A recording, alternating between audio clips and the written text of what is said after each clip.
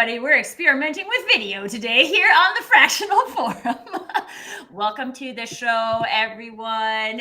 For those of you who did not get a chance to check out our very first episode last week on the Fractional Forum, what we're doing here is we're just having some big conversations. It's those conversations that seem to open a can of worms in your organization. Why? Probably because they touch multiple areas of the organization. So as you might be able, if you're watching us live and you're watching us on video, what you can probably see is that there's a whole bunch of people in this room that have different expertise.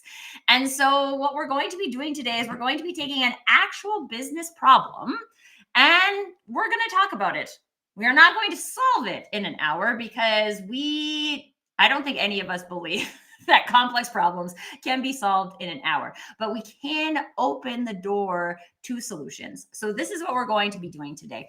And for those of you who are watching us live, I want to encourage you to get into the conversation as well. There is a very cool chat functionality that will allow you to get into the conversation. We would love to hear your thoughts, your ideas, your perspectives, your insights. So please feel free to get into that conversation as well today. So we're going to start off by reading a somewhat complex business problem. Is everybody ready for that? Panel? Mostly panel. I mean, viewers. Absolutely. Can I just chime in and say, is any problem not complex, Tracy? I mean, you know what? I'm just going to quickly say from the marketing perspective, I think a lot of times people are sold that problems are very simple and that all you need is this marketing automation and it will solve all of your problems.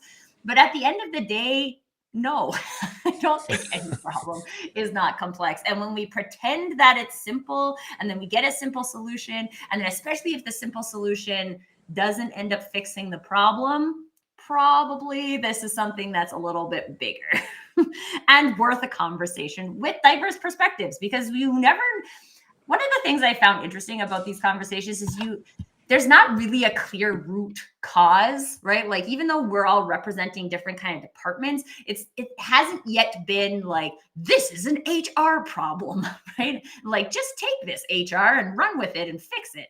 No, there's a lot of interactivity that happens between all of the arenas.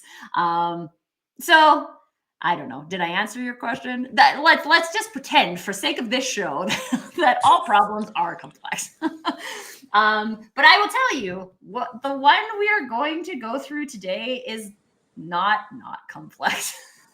So let's be prepared to get complex today, folks. Okay. So we have a submission from a CEO and founder.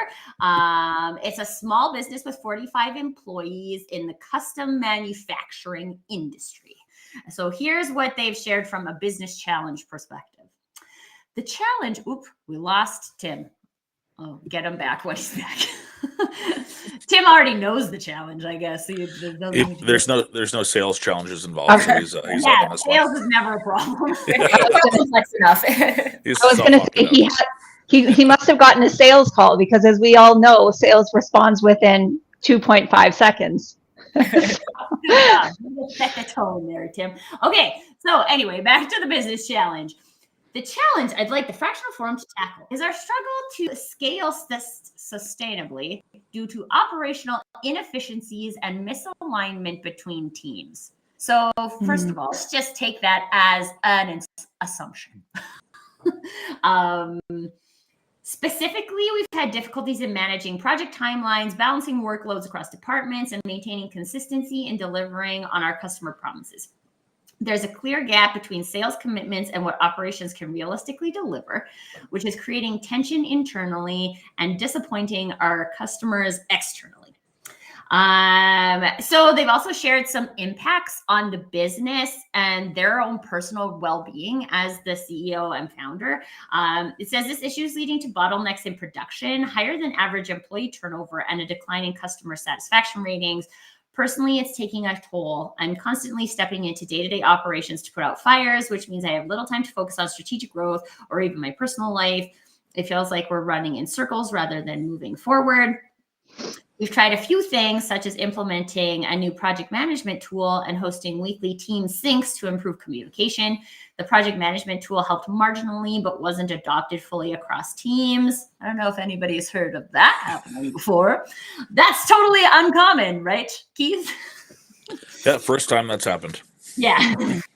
The weekly syncs highlighted some issues, but lacked actionable follow-ups and accountability. So the same problems keep resurfacing. A big part of our challenge is that we lack cross-functional collaboration. Oh, this is like made for this show. Sales, operations, and finance often seem to operate in silos. I also don't think any of us would say that that is uncommon.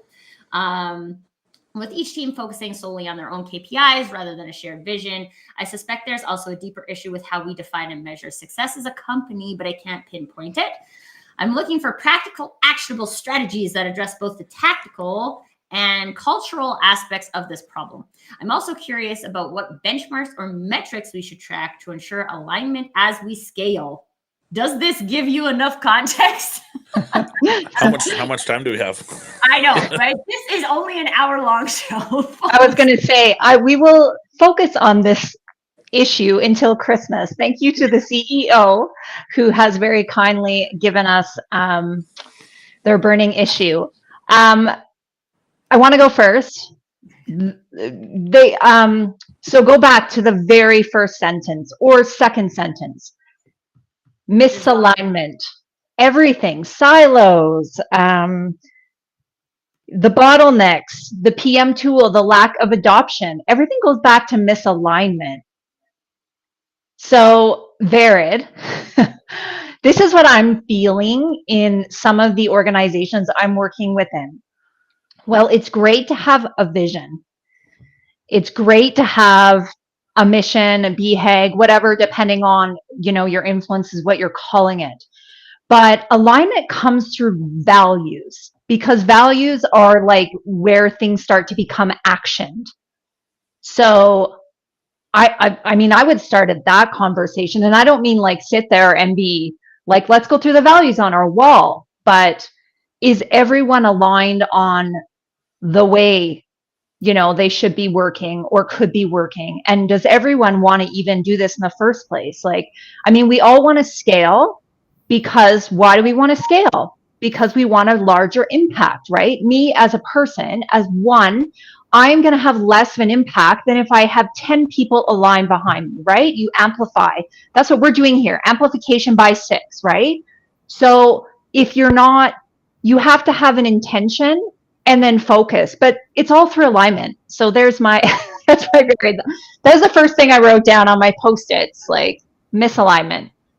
So maybe I'll start that off. I 100% agree. I think that's exactly where I would start off. Like foundationally, when you're starting any sort of HR strategy, you're looking at, why are we doing this? What's the purpose of this organization? What are the skills that we're looking for in every single person we bring through the door? And what are our commitments to each other and to our customers? They have to align. And when we're actually going into an engagement with my organization, one of the first things that we do is we actually speak with every leader. And we drill down into, what do they think the purpose is of this organization? And that's the first thing that we tackle. If there is misalignment in the vision, it is the first thing that we tackle, because every leader needs to have vision alignment to be able to cascade that to the rest of their teams.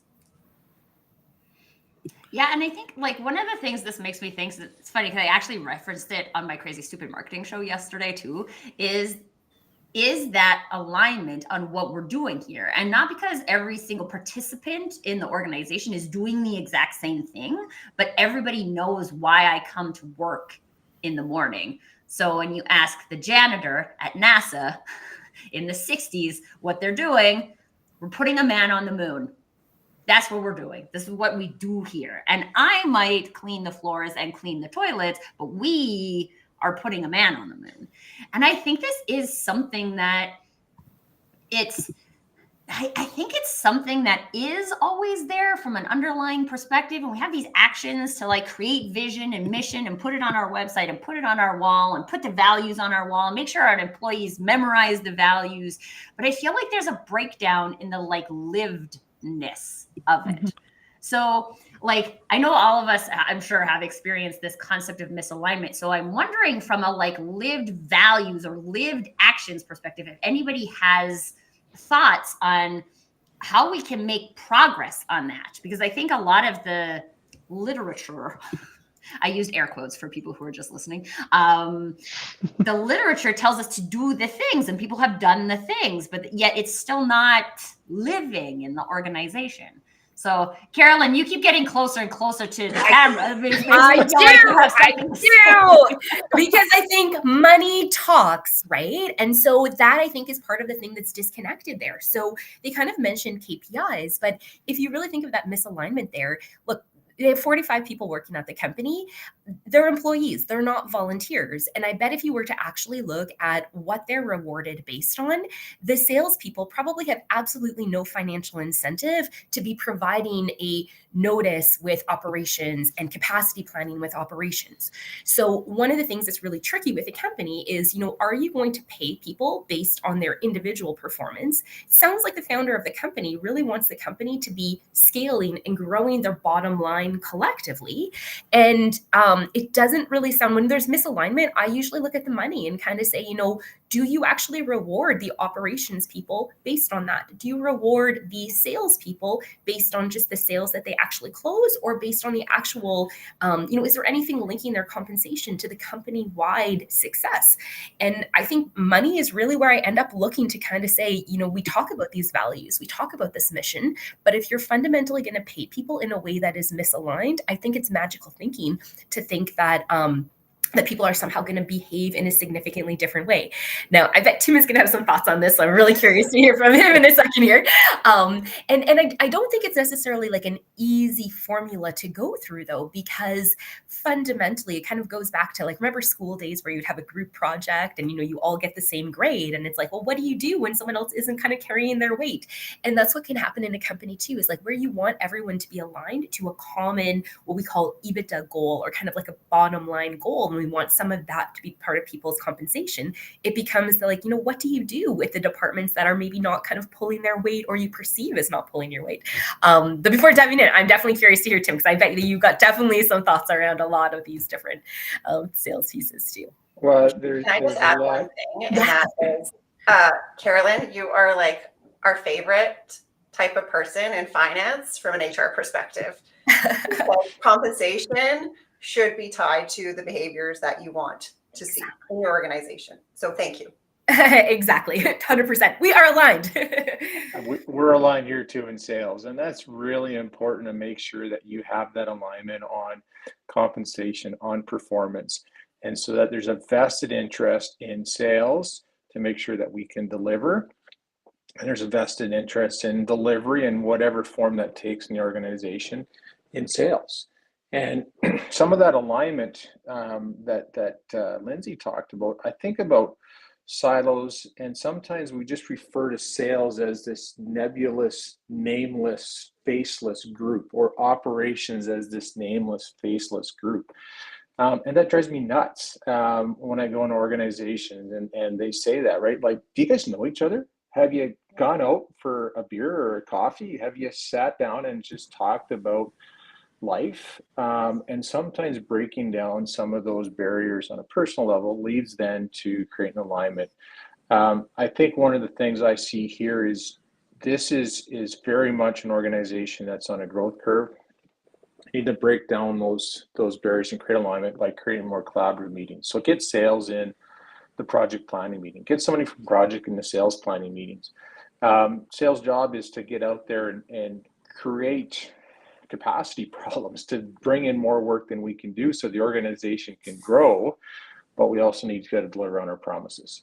So we just need to make sure that we're aligned, and flexibility is going to be really important in a small organization like this, where sometimes customer problems will just create some things. We need to shift some things around. The shell game, I like to call it, right, is sometimes you just got to move things around so we can get this deal done, because strategically it's the most important one.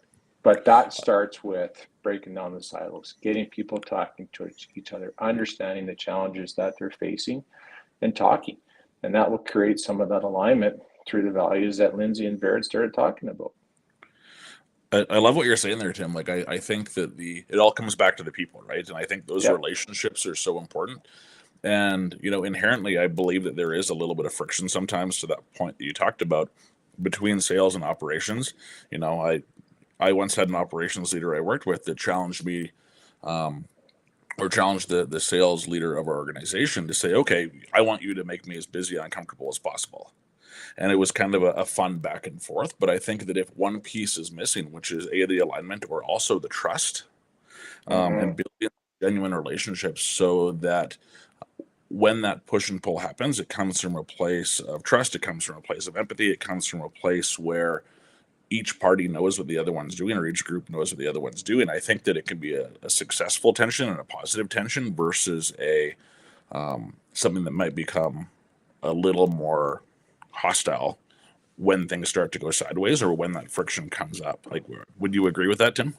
I do. And when that friction comes up, I always look at, what can I do different in that situation? And so when my sales teams would complain to me about something operations did, one of the first things I would look at is, did we do everything we should have and we could have? Did we set them up for success? And so it would drive them nuts. And I would go to operations and have that dialogue, but I'd always be open to, what can we do different to make this better? And that's important when that tension rises up, is that both parties come with that attitude of, we're in this stuff together. How are we going to be able to make this situation better and get a better result? And so we got to be able to both make adjustments and changes to how we're doing things. I want to chime in. Sorry, go ahead. I just want to chime in because, of course, operations is being pulled in on this discussion, and a couple things popped up to me, and sales and operations are always in hot water together. But this is what I'm going to say, because I believe that, like, the lines between personal life and professional life are like really blurred nowadays. I've been married to a sales guy for 24 years. So guess what? We are aligned on our vision. We disagree often on, like, how to parent, how to spend our money, how to do certain things, but we are aligned on the end goal. That is one thing that we always circle back to, is alignment. So if I go back to, I think what Carolyn was saying about, like, so there's two sides. There's accountability, and then also, like, compensation. So is there accountability, and then also, like, rewards or compensation that would cultivate collaboration, right? So if sales and operations are working together, what is a shared goal that sales and operations can have? Could it be project profitability, right? Like, that could be something. If a salesperson is undercutting a job and then operations can't succeed, then is that a shared responsibility? I would say so. Like, so profitability could be part of that.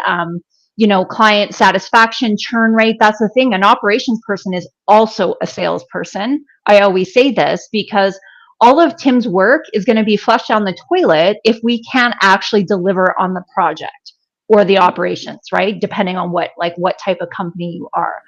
So that was the only thing I wanted to say. Like, there's always that tension, but it elevates you. Like, it's not a bad thing, but you need to have a safe workplace in order to do that. So if we are 6 leaders at that boardroom table where they said, this is our 2024 goal. We want to grow. So they use the word sustainable. So with sustainable, we think responsible, right? So that's well-intentioned. So right out of the gate, to me, that says that, like, it's from a good intention place. So if 6 of us are sitting at that table, are we walking out of that meeting completely aligned? Have we all been super, super honest with things that we think, will be issues in getting there? Has everyone had the opportunity to advocate for their teams, their accountabilities that they're working on? Because, I mean, it doesn't matter what book, EOS, scaling up, you walk out of that boardroom, you need to be aligned, but it can't be forced. right? Because then what happens? You have side conversations. You have, what do they call it? Like end runs, I think they call it in EOS, but you have a meeting after the meeting. That shouldn't happen. Those are red flags. So just wanted to say that, like, are your 6 executives, 4 leaders, whatever, are they aligned? And then are they able to properly advocate for their departments? Well, and I think that also might lead back to the initial question, almost like leading the witness a tiny bit in terms of those KPIs that the person asking the question was asking for. Where I'm a big believer, and I'm curious on all your opinion on having central KPIs that aren't department specific but are organizational guiding lights, right? Like I worked with an airline for a while. I won't name the airline, but their big guiding light was revenue per seat miles, and so the entire organization could see how every activity that they did fit into either adjusting that metric up or adjusting that metric down, whether it be technology, whether it be HR, whether it be ops. I think that the ability to see how your work impacts that metric and then have the organization rally around a metric is really important. Yeah, and I think too, like, collaboration is the thing that I keep coming back to, right? But then there's also, I feel like that's an area where, like, one, there's infinite collaboration technology, quote unquote, solutions, which I think a lot of people, and even in this example, I said, like, they've tried a project management software. It kind of helped, but not really. I just, like, I'm feeling very strongly that these underlying things that like it meant that the submission mentioned culture at the end, cultural aspects of this problem. And I just feel like, one, culture maybe feels scary for people to get into because the culture of the organization is the culture of the organization. And Vered, I'd love to hear your perspective on, like, the ability to change a culture versus change some of the other things that we've talked about, metrics, collaboration, principles, and those types of things. But I still feel like these are, like, there's a layer to go down here to find that opportunity for collaboration, that opportunity for alignment. So Vered, do you want to talk a little bit about culture? Yeah, so I think that some of the things that came up for me when I was listening to this problem is when I hear about people working in silos, that's a flag for me that they've lost sight of what they're actually doing. They have their blinders up. They're working on the things that they know that they need to do within their little job description, but they're not actually thinking about the impact of what they're doing. There's a missing link there. And the telltale signs of that are quality is reduced, the customer experience, which very much, customer experience and employee experience are completely connected. We're hearing turnover. And so that's a sign for me that there's something missing. And I would actually go back to leadership. Do you have the right people that are leading this organization? Do you have the right organizational design? Where is customer experience in all of this? If this is something that's really important for this manufacturing company, that customer experience, where's that department? Maybe they need to create a department so that there's connection, that there's someone who is taking care of that customer experience. Because I'll tell you, if that's something that's really important for that organization to be able to scale sustainably, then create a priority in your organization, invest in that department, invest in the customer experience, invest in the employee experience. I think the only thing I would say with that, Vered, not that I totally agree, but is that creating, another silo, right? So then you have someone who's in their own silo, like, advocating for the customer. It absolutely needs to be at the forefront of everything because we have a PM tool, I'm going to guess, that was likely brought in because the client wants certainty. They want, clarity to what's coming, deadlines, like to be able to communicate effectively. But at the end of the day, Like everyone needs to be working together. And so while customer experience is super, super important, because what do they say? We all need to fall in love with the problem we're solving, right? The person, that has the problem, right? We need to, did I say that right? I feel like I got that wrong. No, I think that is right. It works. That's Like, right. we're solving problems for people on the day-to-day. We need to fall in love with solving that problem. But we become I wrote this in my notebook a few weeks ago, and I've been thinking I need to write like content about this because I see it all the time. We start a business because we see, an obstacle, and we're like, through a problem becomes an opportunity, right? That's why we're all here. That's why, we hopefully we have, viewers listening because they are solving a problem.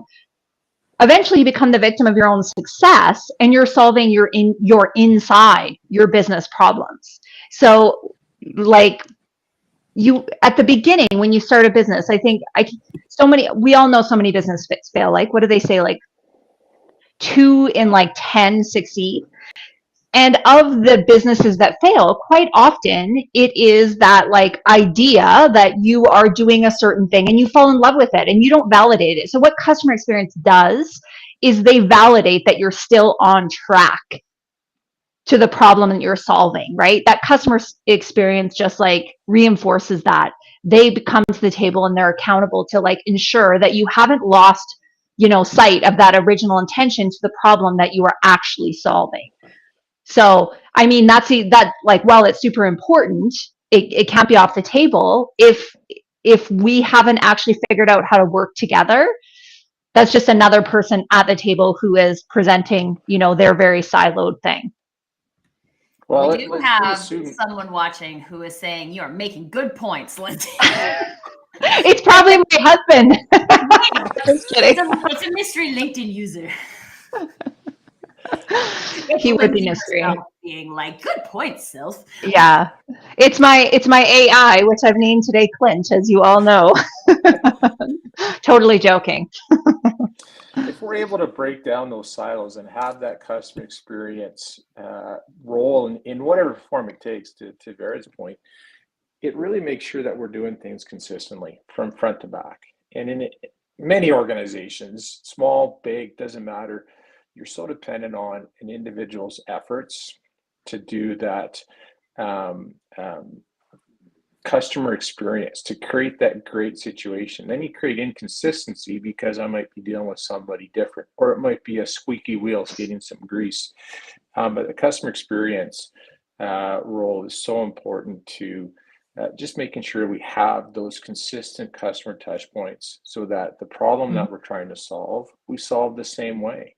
And they can tell their friends, this is what to expect when you're dealing with the the company. And so that customer experience is so important. I think this organization needs to just take a look at that from the first conversations and building relationship to project delivery to winning the next project, making sure that we have some consistency there. I think I agree as well, Tim. Like, I think that that consistency is going to be super important. I think one thing we haven't touched on yet, which I've probably been dying over here going mute and unmute to jump in around, is that technology piece as well.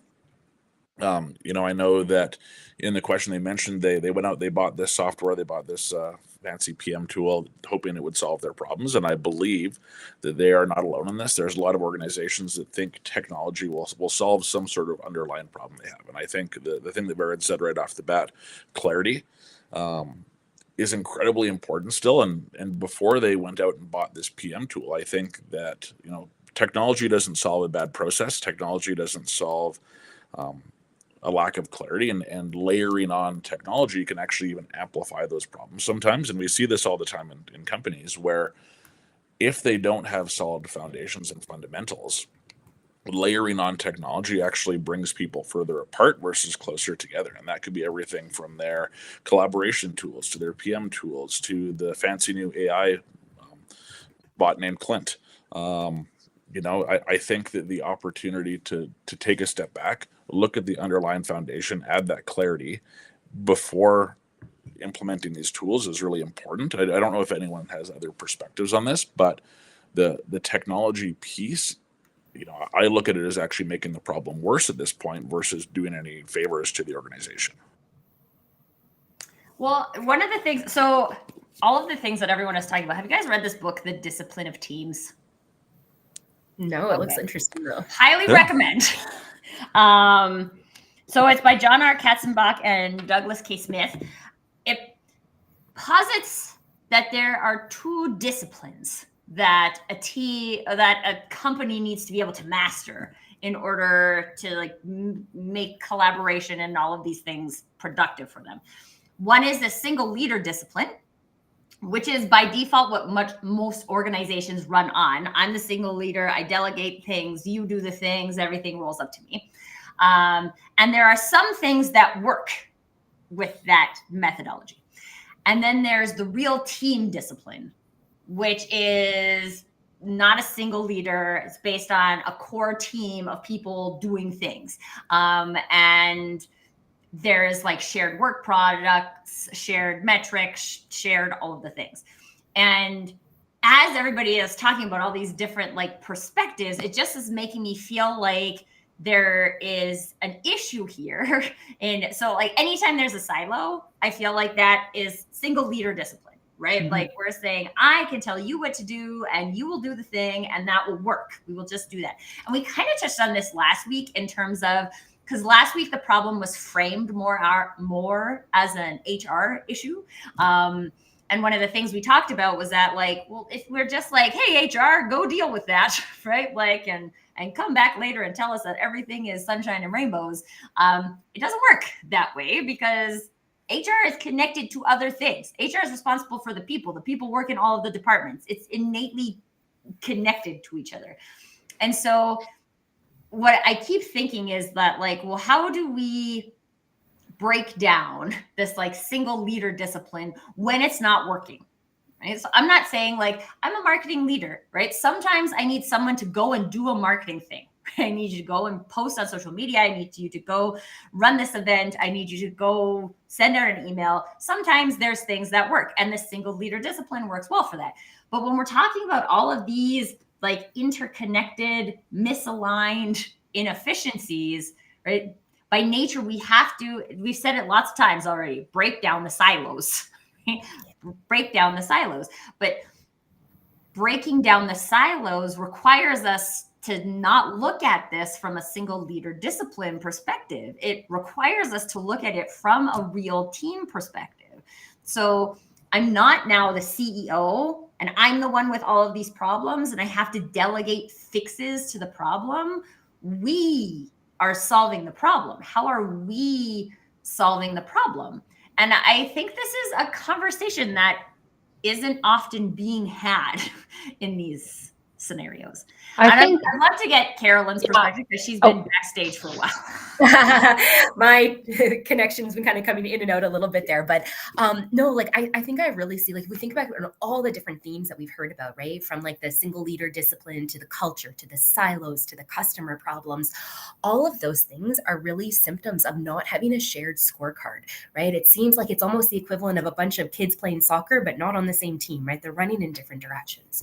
So when I think of KPIs, I really think of them in two different aspects. I think of them as the lagging indicators. So that's going to be the bottom line financials, right? And that's going to take a little while to actually show some of the symptoms. We've heard some really major red flags that customers are not happy with what they're getting on this company or what they're necessarily getting from all of those products. And that's going to show up in your financials, but that's going to be a very lagging indicator, right? That's going to tell you what's happening when it's a little too late. And what I think this company is really missing is what we call leading indicators. So any KPI you put in place can either be categorized as leading or lagging. And the financials are typically lagging. And that's when it's a little too late.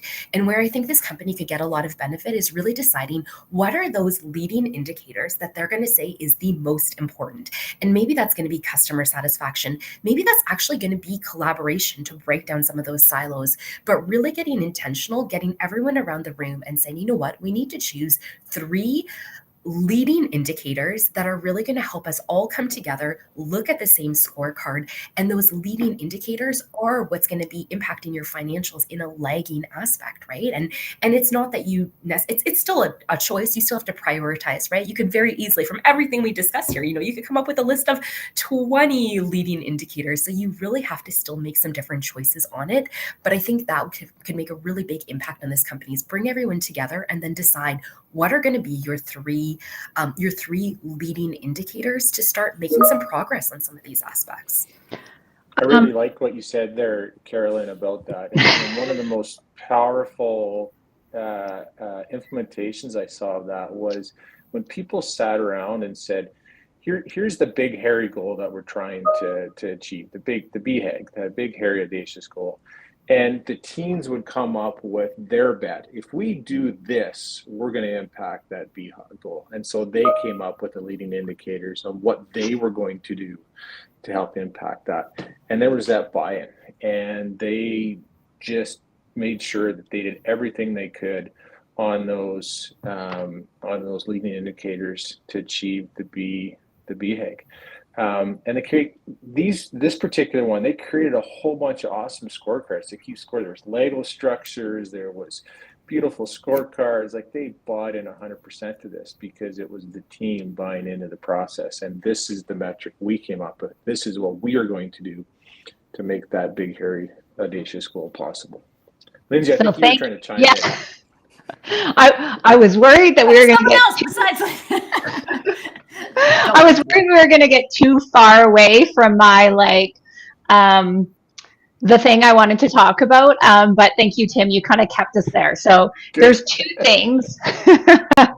The numbers. So I was going to say I wholeheartedly agree. And I worked for an organization, and one thing we did super, super, super well was had this mantra: everybody has a number. So in the book Traction, there is a whole chapter on this, and it talks about the example is that, I think it was like a shift of like welding pipe or something like that, and there was 2 shifts, 24 hours. So then that shift comes, so that at the beginning of the shift, the leader says, how many lines of pipe do you think you can weld? The team said 50. Okay, so they wrote 50 on the floor. So then all day or all night, whatever shift they were, they saw that 50 and they all counted towards it. These are frontline, employees. So they all counted. So then guess what happened? The next shift came in and the next shift saw the 50 on the floor. But in fact, the 50 was actually 52, because what that did was that cultivated alignment between that entire team working towards that 50.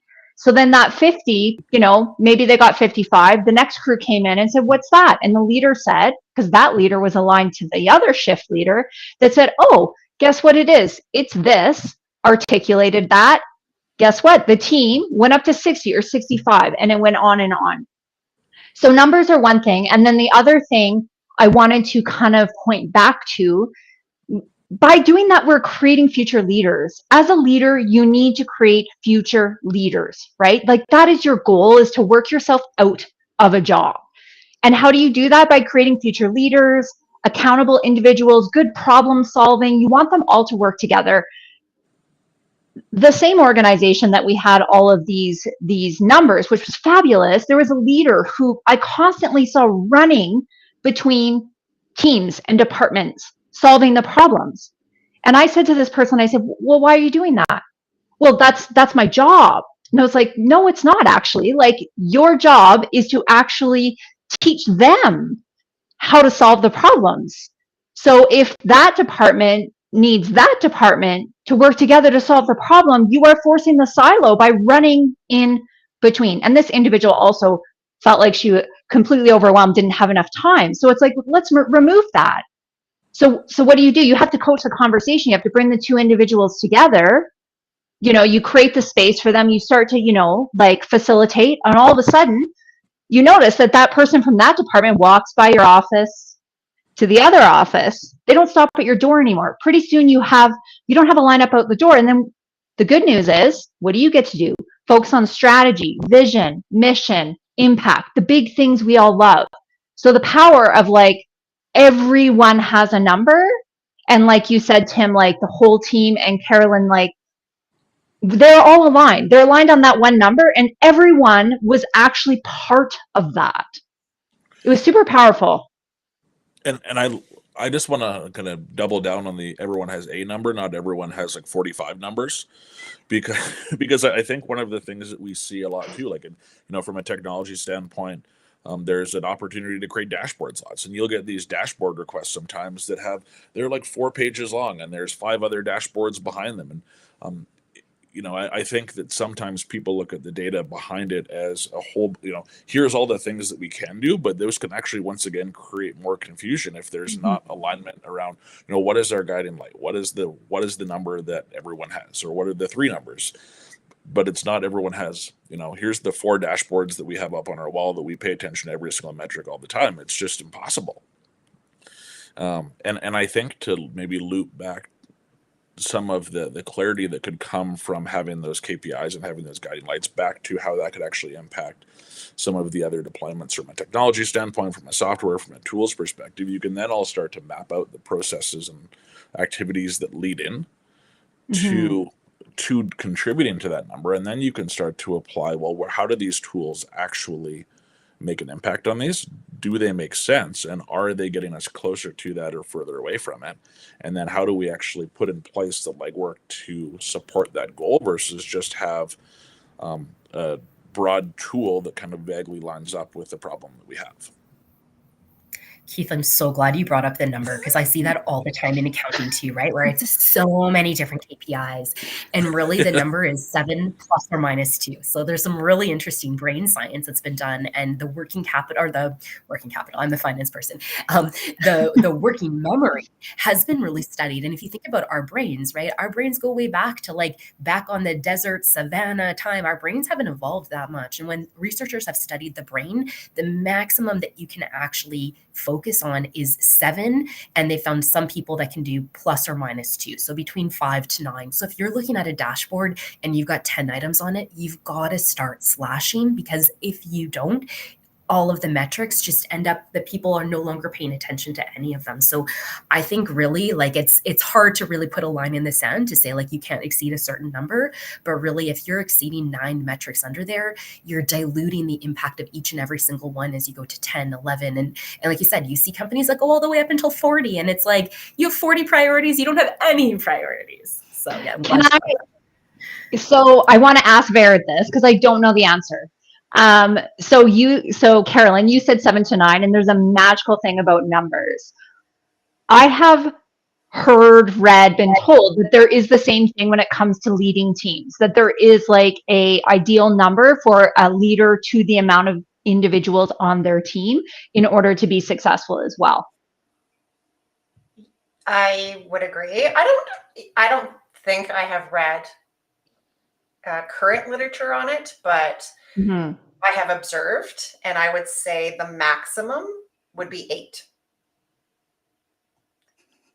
So the people who have told me they have a team of 150 people is maybe a little bit too big. Well, of direct reports, absolutely. I know I heard that once, and I was like, right? What? Yeah, you're going to have a VP that maybe has indirect reports of 150. But you shouldn't have more than 8. And I would say even that is a lot. It's probably a human tied back to accountability, right? Like our innate capacity of humans, this goes back to capacity, the numbers as far as like if you're actually accountable for 45 numbers, are you actually accountable? Like when everything's important, nothing is. So yeah, probably the same thing. To my original statement around like, well, why are we doing this? Like, what is that North Star? What are we in business for? Really, everything that you are building in your organization should always tie back to that. And you should question, well, is this connected to our true purpose? Simon Sinek's your why. This is like one of my favorite chapters in the book, The One Thing. And it talks about priorities. and how priorities is not a thing. Priority is one. There's one priority. And at the end of the day, even if you had a list of quote unquote priorities, one of them is going to be more important than the other ones. And I think this is another like alignment piece I see, is that like, let's say as a team perspective, we say we have these 7 priorities because we listened to Carolyn, and Carolyn said we can't have more than 7. So we're going to choose 7. We have these 7 priorities for 2025. But Vered has one of those as her top priority, and Keith has a different one as his top priority, and Carolyn has a different one as her top priority. And now all of a sudden we don't have one priority anymore. Everybody, every department, we've now created these silos again, where we're going to go and we're going to do this. And it's part of the puzzle, but it's not really like putting the pieces of the puzzle together. And I just want to say this quickly, also because it came up in a conversation yesterday, and Carolyn, you mentioned it in your like leading indicators. Customer satisfaction is also a lagging indicator. It's an indicator of what you already did. And so if you're talking about customer satisfaction surveys, NPS scores, these types of things, they are lagging indicators. They are not leading indicators. So just because I thought that was a really good idea, Carolyn shared, get some leading indicators, just customer service isn't one of them, so don't choose that one. But I think, can I just, so is it to get, like we talk about North Stars. I've heard companies I've worked with say North Star, but then I've also seen it vary. I mean, especially from a marketing perspective, right? Like my job as a marketer is to align all the efforts with the North Star. This is where we want to go. But a lot of the stuff that gets done on a day-to-day basis isn't in alignment with that. So is that actually our North Star, or is something else? I think that's a good question. I just want to circle back to, like, if we talk about, so we get all these books and we have all these methodologies, but let's talk about how to like operationalize something. So it's great that you have that like vision, and that's your big goal. And a BHAG, it's like way out there, right? Or moonshot, whatever you want to call it. You got to break it down. So Tracy, like Keith has a priority, Carolyn has a priority, Vered has a priority, Tim, Lindsay, we all have our own priorities.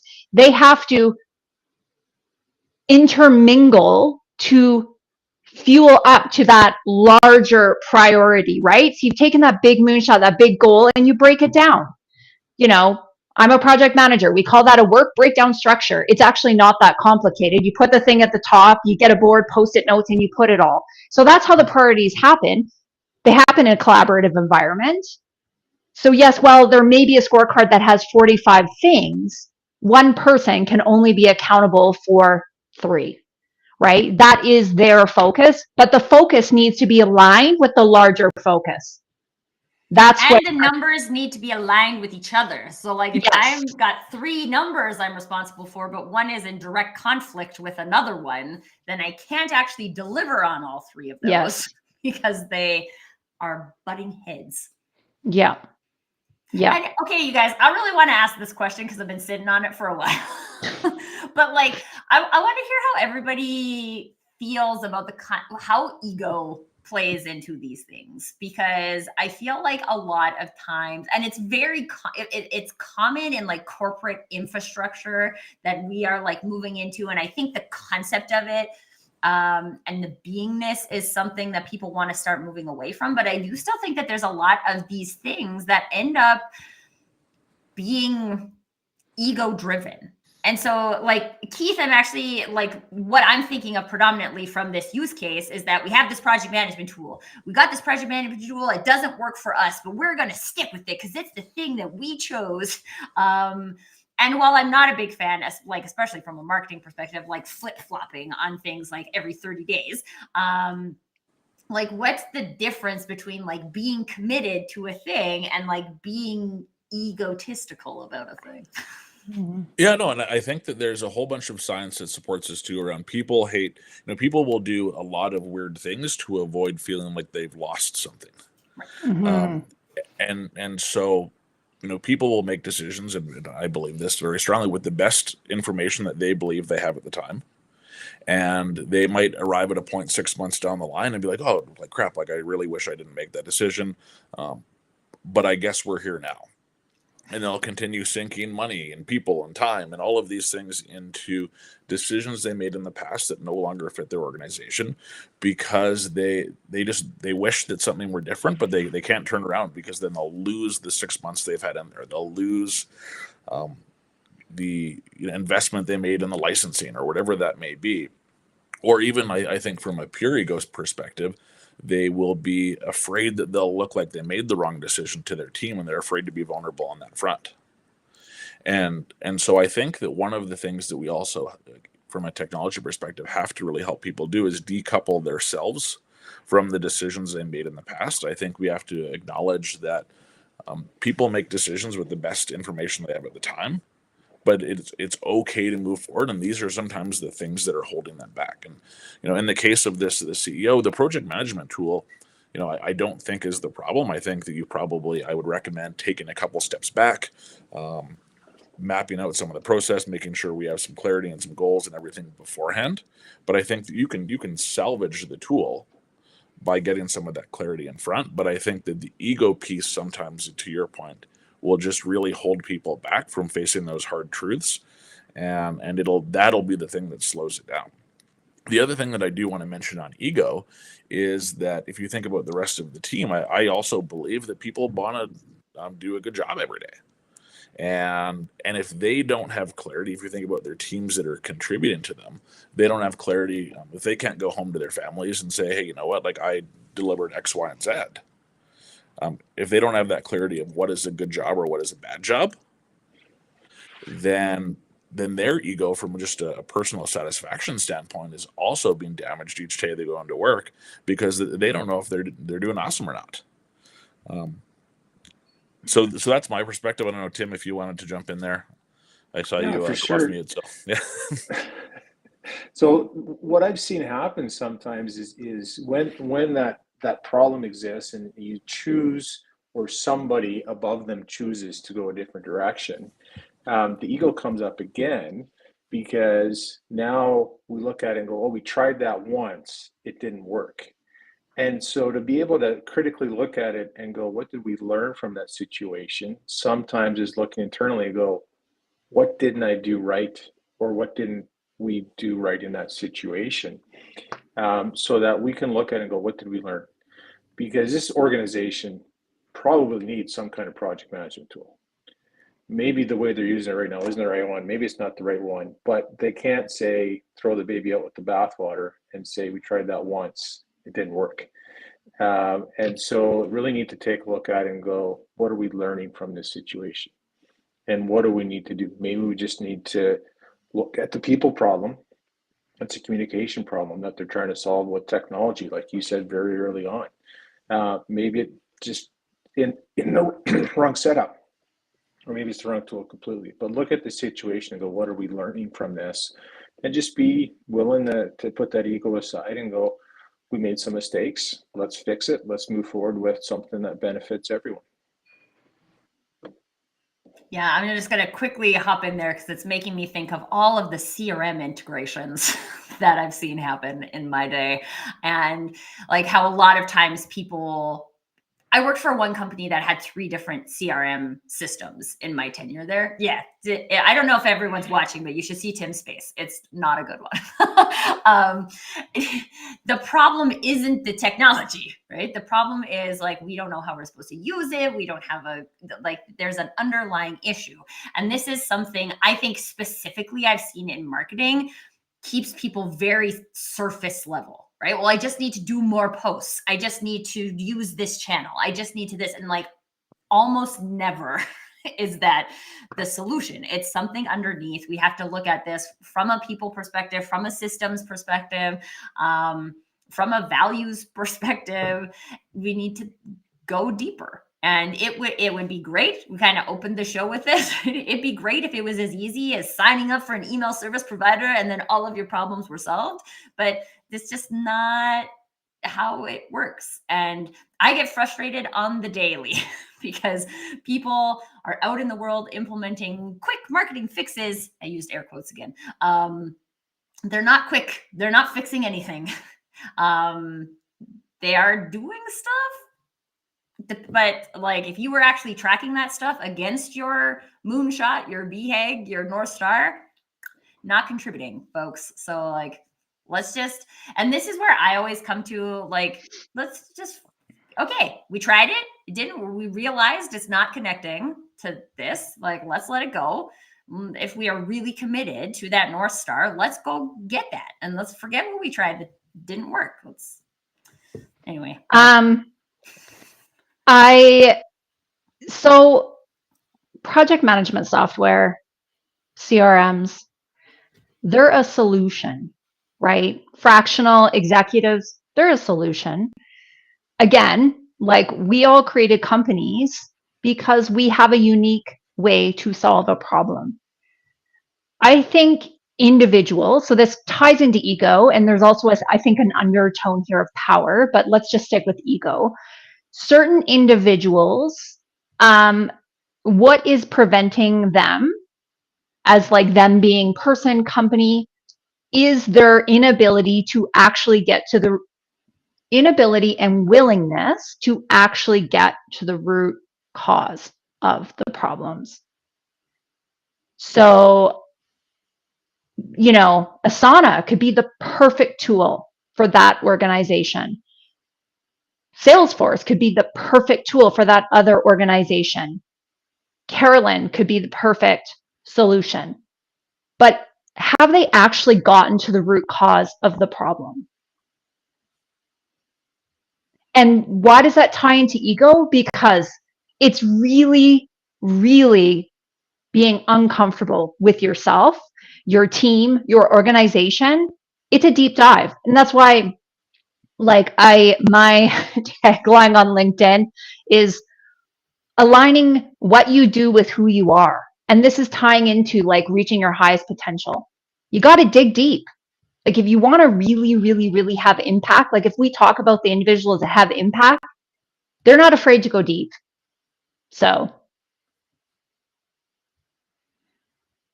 Carolyn or Vera, do you guys have any final thoughts for our show today? One more thing, and I think we should kind of wrap it up with a game plan or some, action items. But I just want to add that there's a lot of information in turnover. So I would just question, are they doing exit interviews?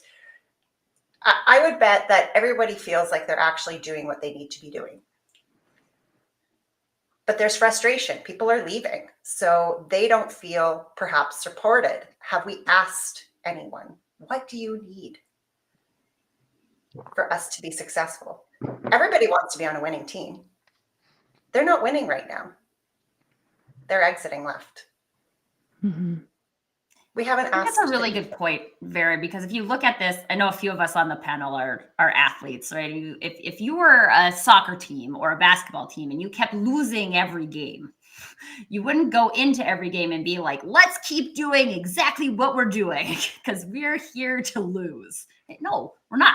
We're here to win. We have a unique team. It's different than the other team. Even if I completely mirror what they're doing, I might fail because that might not match maybe we're a speed team, maybe we're a defensive team. Like I don't know. But if we're not playing into our skills, then we're not optimizing our team. And every single team player, every single one of those 45 employees has something they can bring to the table to help win.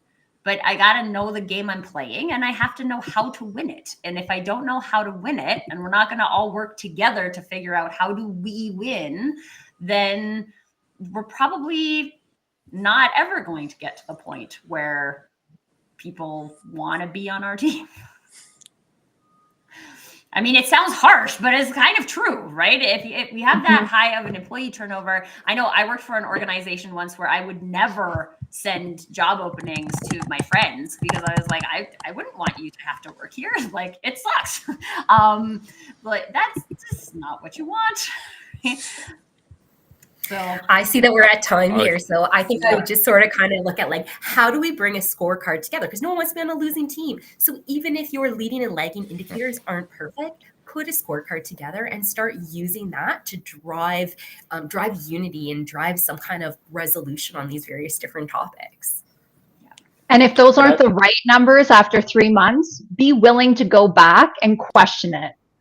Absolutely. Yeah. But if Okay. sales are Well, a problem. Go I ahead. told you it was going to be a can of worms, folks. And this is what I think all of us on the panel would actually encourage you, get into these conversations, open up the doors to things where you don't necessarily know the answer. Mr. or Miss or person, CEO, founder who sent us in the business problem, like, get into a conversation with your team, or if you want, get into a conversation with one of us. We're super happy to like come and sit and ask you more questions. But there's lots of space to find opportunities in the questions. And so we talked about this last time too. Ask the questions, right? Create the scorecard, use the scorecard. If the scorecard doesn't work, evolve it, right? There's lots of opportunities. And while it might feel like a very heavy situation right now, I would also say that there's levity in the conversation. So find some peeps that you can get into a good conversation with that can create opportunities in these arena for you. Hopefully we created some of those opportunities for you today. For those of you who are watching who didn't get into the conversation but might be interested in getting into the conversation, we will be here at the same time every week talking about these types of things. So if you have a business problem, we actually have a website where you can submit your business problem and we can talk about it. It's all very like, there are some details, but there's no like business names or people names or anything like that. So you don't have to worry about anything. You just get some brains talking about your problem. And also, if you're a fractional person and you're interested in getting in the conversation, like with your face on the screen, connect with one of us. We have opportunities to broaden the conversation because we just want all of this we want to bring to light the complexity, but also that there's opportunity in the conversation about the complexity. We had a viewer here quickly jumping in right at the end. Very interesting discussion. So thank you for joining us. For those of you who did join us live, if you're joining us on replay, you can feel free to comment as well. We will see those after the fact.